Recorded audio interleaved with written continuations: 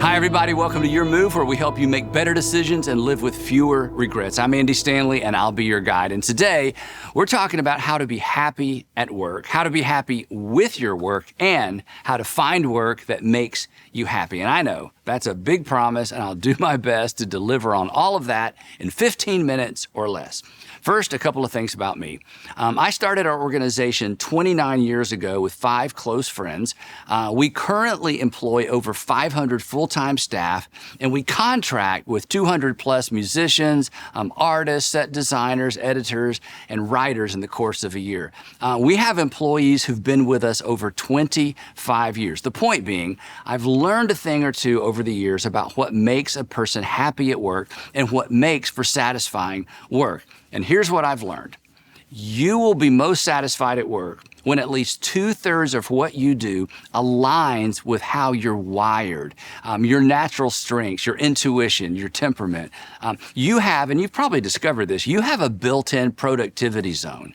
You won't be happy at work unless the majority of your time is spent working in that zone. That's the win. Skills are important, passion is important, who you work with is important, but you are hardwired to be energized, engaged, and productive by a limited number of factors. And you need to discover what they are as soon as possible and then work toward a job description that provides you with the opportunity to spend at least 2/3 of your time in your sweet spot. Now, I'm going to give you a few tips on how to work to that end in your current job at the end of this episode. But first, I want to tease this out just a bit to ensure that we're all on the same page.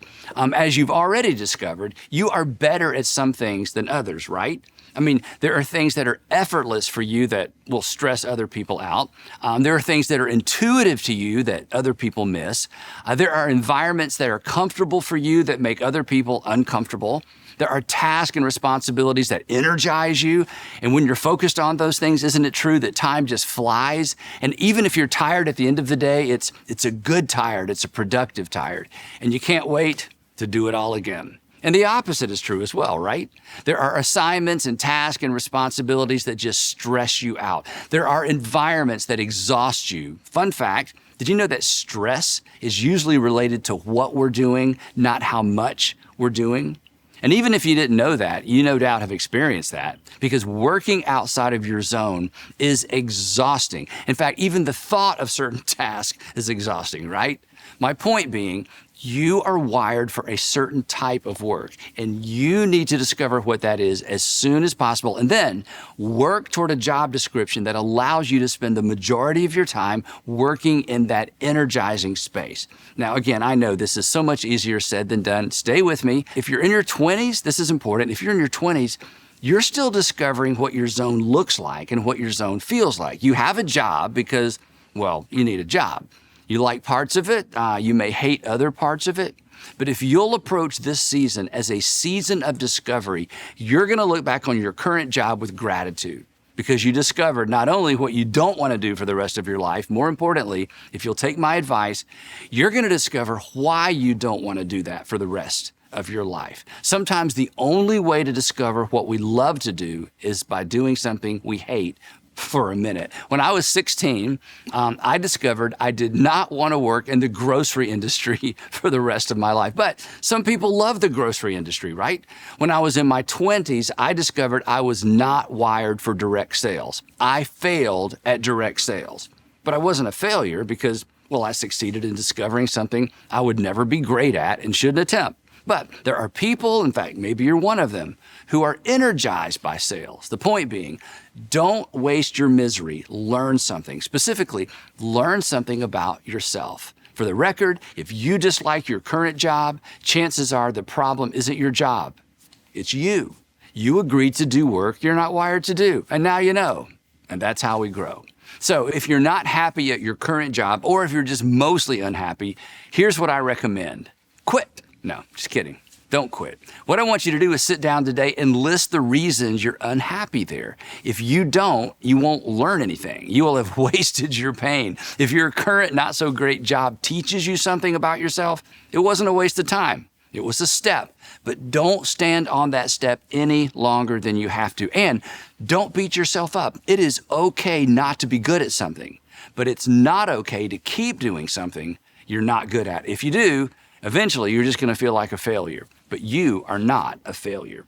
If you're spending the majority of your working hours doing things you can do but aren't wired to do, you will not be happy. And this is true even if you love the company and love the people you work with, both of which are important factors for job satisfaction. And here's the thing.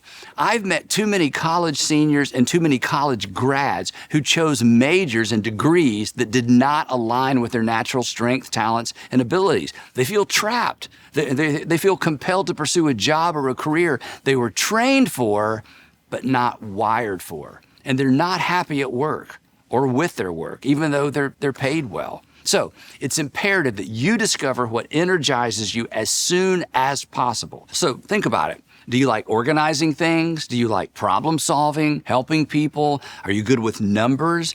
Do you enjoy making presentations or maybe preparing presentations for other people to make? Do you like to write? Do you enjoy diving into the details of a project? Do you enjoy being assigned a specific task and then checking it off a list? Do you enjoy working alone? Do you hate working alone? What aspects of your current job do you enjoy most, dread most? These are the kinds of questions you should wrestle to the ground. And honestly, most people don't. So don't be most people. Most people get stuck at, I hate my job, and they never learn a thing. Now, before I give you your assignment, and don't you love assignments? Yeah, me neither. But anyway, this assignment is actually a game changer. Anyway, before I suggest a next step, we'll call it a next step, one last thing, and this is so important. In addition to being happy at work, there's another important reason why you've got to discover your strengths. And here it is. Your fully exploited strengths will always be your greatest gift to any organization you work for. Again, this is so important. Your fully exploited or deployed strengths will always be your greatest value add to any organization you work for.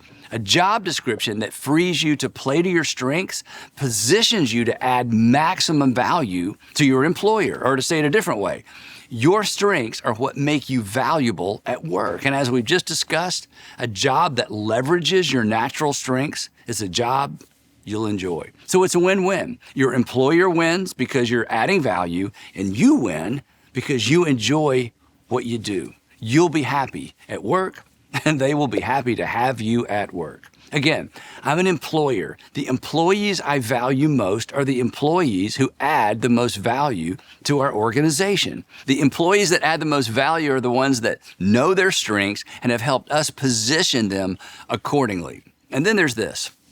Study after study confirms that happy employees are more productive employees, and they're more creative employees. Productive and creative employees are usually compensated financially accordingly. So this is really a big deal. And that brings us at last to something you can do immediately to get things moving in a happier direction at work. Since your value to your current employer won't be recognized until you're doing what you're naturally actually good at, in addition to discovering for yourself what you're good at, you've got to be discovered. Your current employer needs to know where you have the potential to add the most value. So here's what I suggest. And I've been suggesting this for years to people inside and outside of our organization. Here's what I want you to do. I want you to write out the ideal job description for you at your current place of employment. Write it as if you were planning to present it to your current boss, because that's exactly what I'm about to suggest that you do. And begin with this statement or something similar. I believe I can add more value to you and to our organization if you would allow me to spend more of my time or devote more of my time to, and then list three things. Three things within the context of your current employment that you are naturally good at and that you enjoy. And if you can only think of one, then just list one.